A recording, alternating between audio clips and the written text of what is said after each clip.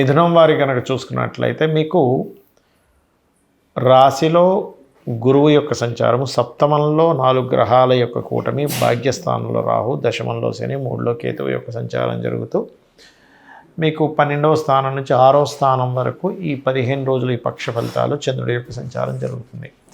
ఈ యొక్క గ్రహస్థితిని అనుసరించి చెప్తున్నటువంటి అంశాలు నేనైనప్పటికీ కూడా చెప్పిస్తుంది సాక్షాత్ లలిత అమ్మవారిగా భావిస్తూ, ప్రధానంగా ఇక్కడ ఈ నెలలో లగ్న సప్తమాలు అంటారు. అంటే బుధుడు గురువు పరివర్తన యోగంలో ఉంటున్నాయి. దీనివల్ల ఏంటంటే కొంచెం వివాహ సంబంధించిన విషయాలు కుదురుతాయి కూడా చెప్పాలంటే. కాకపోతే మీరు 1వ తేదీ చేసే ఇన్వెస్ట్మెంట్స్ మంచి ఇన్వెస్ట్మెంట్స్ అవుతాయి, అందులో ఎటువంటి సందేహం లేదు. కాకపోతే ఎప్పుడైతే 2, 3, 4 తేదీలు చంద్రుడు రాశిలో సంచరిస్తుంటాడో కొంచెం ప్రయాణ సూచనలు చూపిస్తుంది. కాకపోతే మీరు ఏదైనా ఎవరితోనైనా మాట్లాడేటప్పుడు అగ్రిమెంట్ చేసుకునేటప్పుడు 7, 8 తేదీలు కొంత జాగ్రత్తగా ఉండండి. 14, 15 తేదీలు ఎవరికైనా అప్పు ఇవ్వడం, అప్పు తీసుకునే విషయాల పట్ల కాస్త జాగ్రత్తగా ఉండాలి.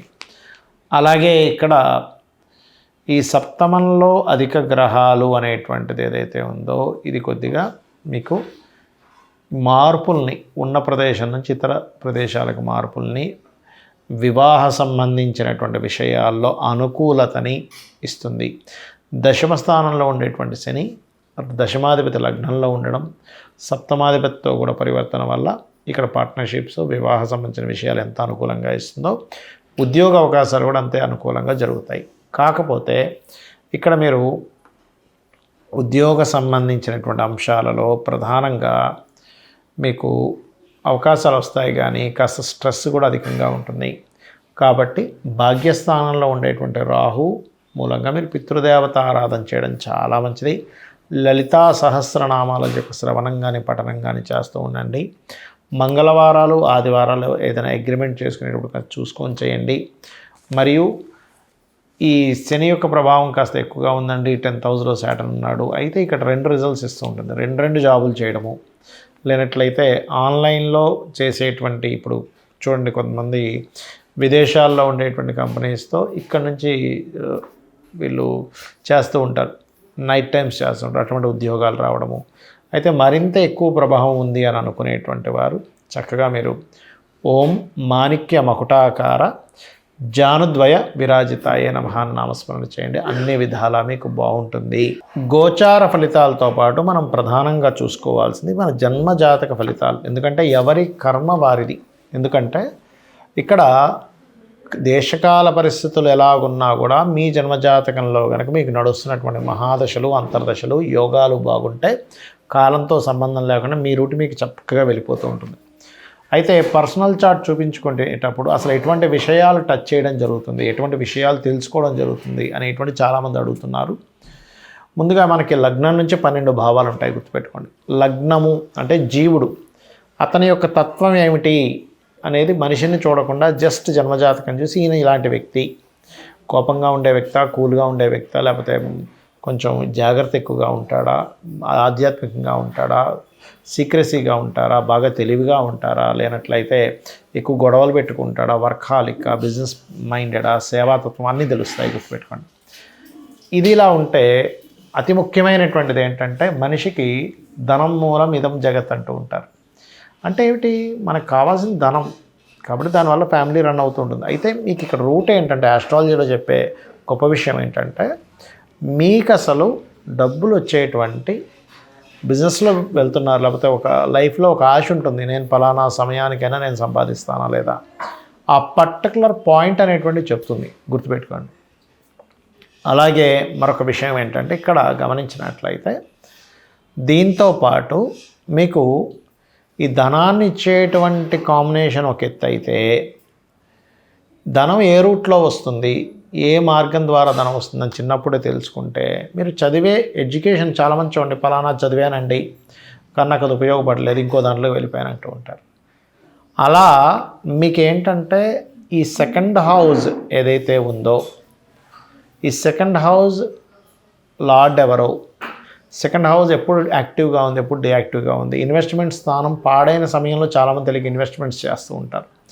అటువంటిది పర్టికులర్గా ఏ ప్లానెట్ మీకు ఇన్వెస్ట్మెంట్ ఆపుతుంది, దానికి ఎటువంటి పరిహారం చేసుకుంటూ ముందుకు వెళ్తే మీరు చేసే ఇన్వెస్ట్మెంట్స్ బాగుంటాయి అది గృహం కొనుక్కునేది ఏ సమయము, అదేవిధంగా ఏ డైరెక్షన్లో కొనుక్కుంటే బాగుంటుంది, ఆల్ డైరెక్షన్స్ ఈజ్ గుడ్. అదేవిధంగా వివాహానికి కూడా సమయం ఉంటుందండి. అంటే ప్రతి వ్యక్తికి కూడా ఒక 20 ఏళ్ళ వయసు, 20-21 ఏళ్ళ వయసు నుంచి, కొంతమందికి 18-16 ఏళ్ళ వయసు నుంచే కూడా స్టార్ట్ అవుతున్నారు. కాబట్టి ఎర్లీ మ్యారేజ్ యోగం ఉండేటువంటి వారు ఆ సమయం నుంచే ప్రారంభం అవుతారు. అయితే ఇక్కడ నేను చెప్పేది ఒకటే, మీ యొక్క జన్మజాతకంలో ఎప్పుడైతే మీకు వివాహం ఈ సమయంలో జరిగితే బాగుంటుంది అని ఉంటుందో ఆ సమయంలో చేసుకోవడమే అన్నిటికంటే ముఖ్యం. చాలామంది చూడండి, పాయింట్స్కి కలిసే కానీ విడిపోతున్నాము, ఏంటో మంచి ఫ్యామిలీ అనండి, ఇద్దరి మధ్యన గొడవలు వచ్చాయంటూ ఉంటారు. అంటే వాళ్ళకి పర్టికులర్గా వివాహ జీవితాన్ని కొనసాగించేటువంటి సమయం నడవట్లేదు. ఏదో తంతు కొద్దీ ఏదో వివాహం జరిగింది కానీ దూరంగా ఉండేటువంటి యోగం నడుస్తుంది. అందుకే కొంతమంది చూడండి, నేను కొన్ని జాతకాలు చూసి 20 ఏళ్ళు 30 ఏళ్ళ తర్వాత కూడా విడిపోయిన వాళ్ళని చూసాను. ఎందుకు అంటే ఆ పర్టికులర్ టైం వాళ్ళకి ట్రిగర్ అవుతూ ఉంటుంది. ఇక్కడ 3 విషయాలు ముఖ్యంగా, అసలు ఎప్పుడు వివాహం చేసుకుంటే కరెక్ట్ అనేది తెలుస్తుంది మనకి జ్యోతిషాస్త్రంలో. రెండవది, మన జన్మజాతకంలో ఒకవేళ సింగిల్ మ్యారేజ్, డబుల్ మ్యారేజెస్ ఏమైనా ఉన్నాయా, 2-3 వివాహాలు జరుగుతాయి కొంతమందికి వాళ్ళ జాతక చక్రంలో ఉండేటువంటి కాంబినేషన్స్ వల్ల. అలా జరిగేటప్పుడు మీరు ఎటువంటి జాగ్రత్తలు తీసుకుంటే మంచిది అనేటువంటి విషయం ఒకటి తెలుస్తుంది. అదేవిధంగా అలా ఉన్నప్పుడు ముందుగా అర్క వివాహం లేదా కుంభ వివాహం చేసుకోవడం మంచిది అనే విషయం కూడా చెప్పొచ్చు. అదేవిధంగా వివాహం అయిపోయిందంటే కానీ ఒక 20 సంవత్సరాలతో కూడా వస్తున్నాయి. ఆ పర్టికులర్ పీరియడ్ ఏమిటి, ఎందుకు ఆ పీరియడ్ ఇస్తుంది, ఆ సమయంలో కొంతమందికి దూరంగా ఉన్నప్పుడు తగ్గిపోతుంది దాని ప్రభావం. అంటే అబ్బాయి ఏదో విదేశాలకు వెళ్తాడు ఉద్యోగం కోసమని, ఆ రకంగా. ఇదే సేమ్ ప్యాటర్న్ మీరు ఇన్వెస్ట్మెంట్స్ విషయంలో చూసుకోవచ్చు. అంటే ఎప్పుడు ఇన్వెస్ట్మెంట్ చేస్తే మంచిది, ఎప్పుడు ఏది కొంటే మంచిది, ఏది కొనకూడదు, అసలు మీ పేరు మీద కొనొచ్చా కొనకూడదా, మీ జీవిత భాగస్వామి పేరు మీద కొంటే మంచిదా, లేదా మీ పిల్లల పేర్ల మీద కొంటే మంచిదా. కొన్నిసార్లు ఏమవుతుందంటే వాళ్ళ పేరు మీద కొంటేనే దానికి లోన్ వస్తుందని ఉంటుంది. అప్పుడు ఏమిటండి, మరి నా పేరు మీద ఇన్వెస్ట్మెంట్స్ చేయకూడదని ఉంది, ప్రాపర్టీస్ కొనకూడదు అంటున్నారు, మరి మా బిజినెస్ పేరు మీద కొనాలంటే రాదు అన్నప్పుడు, అప్పుడు అది ఏ ప్లానెట్ ద్వారా మనకి ఇబ్బంది ఇస్తుందో ఆ పర్టికులర్ ప్లానెట్కి సంబంధించిన పరిహారం చేసుకోవచ్చు. అదేవిధంగా విదేశాలకు వెళ్తే బాగుంటుందా, ఇక్కడ ఉంటే ఇతనికి గ్రోత్ ఉంటుందా, అదేవిధంగా రిలేషన్స్ ఎలా ఉంటాయి, సంతానం ఎందుకు అభివృద్ధి అవ్వట్లేదు, సంతానం ఎందుకు కలగట్లేదు, అసలు ఏ ప్లానెట్ని మనం దాని యొక్క ప్రభావాన్ని తగ్గించుకుంటే, ఇక్కడ ఏమీ లేదు, సింపుల్, ఇది మెడికల్ లాగేనండి ఆస్ట్రాలజీ. మన బాడీలో పలానా ప్లేట్లెట్స్ తగ్గాయి అన్నప్పుడు వీక్ అయిపోతాడు, లేదా పలానా వైటమిన్స్ తగ్గాయి అన్నప్పుడు డౌన్ అవుతుంటాడు, పలానా ఫుడ్ తీసుకోవడం ద్వారా పలానా వైటమిన్స్ వస్తాయి, లేకపోతే పలానా కొన్ని వదలడం ద్వారా కూర్చోండి, కొన్ని ఏమో తీసుకోవాలి, కొన్నిటేమో వదిలేసేయాలి. షుగర్ బాగా ఉంది, షుగర్ని వదిలేయాలి కదా. అదేవిధంగా ఒక వ్యక్తికి పలానా ఇవి తగ్గాయి, ఫ్రూట్స్ తీసుకొని వాటిని పెంచుకుంటాడు. అంటే మనలోకి మనం ఏం తీసుకోవాలి, మన బాడీలోకి దేన్ని విడిచిపెట్టాలనేటువంటిది బాడీని ఎలా అయితే జాగ్రత్తగా ఉంచుతుందో, మన జన్మజాతకంలో కూడా ఎప్పుడు దేన్ని మనం తీసుకోవాలి, అంటే దేన్ని కొనాలి, దేన్ని కొనకూడదు, ఎప్పుడు దేనికి దూరంగా ఉండాలని చెప్పేదే జ్యోతిషాస్త్రం. ఈ రకంగా మీరు చాలామంది రత్నాల ఎంపిక కూడా జస్ట్ నక్షత్రం బట్టి పెట్టుకుంటారు. అలా కాకుండా మీకు ఏమిటి కావాలి అనే దాని మీద కూడా ఉంటుంది, గుర్తుపెట్టుకోండి. కాబట్టి ఈ రకంగా చేసుకొని మీ యొక్క జీవితాన్ని ఆనందదాయకంగా మార్చుకుంటారని కోరుకుంటూ, సరే నాకు జాతకం తెలియదండి ఏం చేయాలి, ఏమి టెన్షన్ పడకండి, చక్కగా రోజు లలితా సహస్రనామాలు చేసుకోండి.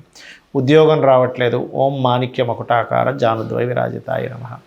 అలా కాదు, నాకు ఫైనాన్షియల్గా బాగాలేదు, ఓం సంపత్కరీ సమారూఢ సింధుర వ్రజ సేవితాయ నమః. లేదు, ఓం ధర్మాధ్యక్ష ధనాధ్యక్ష ధనధాన్య వివర్ధినే నమః. లేదు, ఓం ఇంద్రగోప పరిక్షిప్త స్మరతోనా భజంగికాయ నమః. ఈ రకంగా చేసుకోవచ్చు. శ్రీమాత్రే నమః.